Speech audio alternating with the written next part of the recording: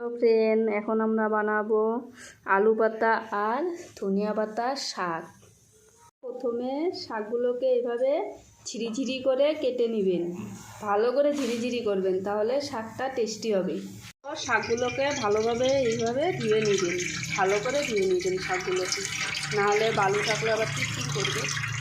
কড়াই গরম হয়েছে, তাই আমি পরিমাণ মতো তেল দিয়ে দিলাম এখানে। তারপর আদাটা ছেঁচে নিচ্ছি।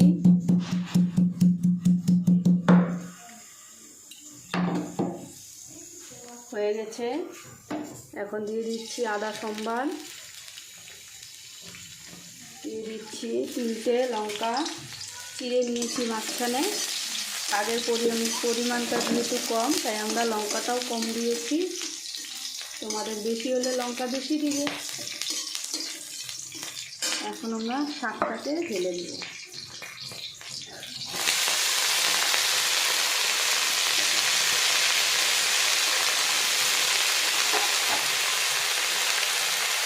এখন দিয়ে দিব পরিমাণ মতো হলুদ গুঁড়ো,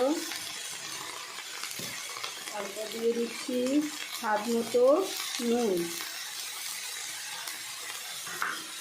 এবার ভালো করে নাড়াচাড়া করে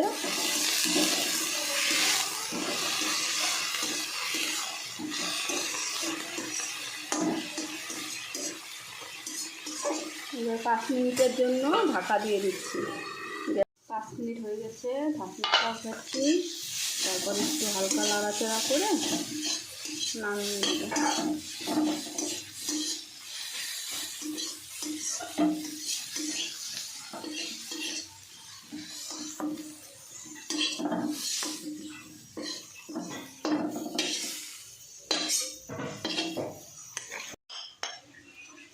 রেডি আমাদের আলুর পাতা আর ধনিয়া পাতার শাক।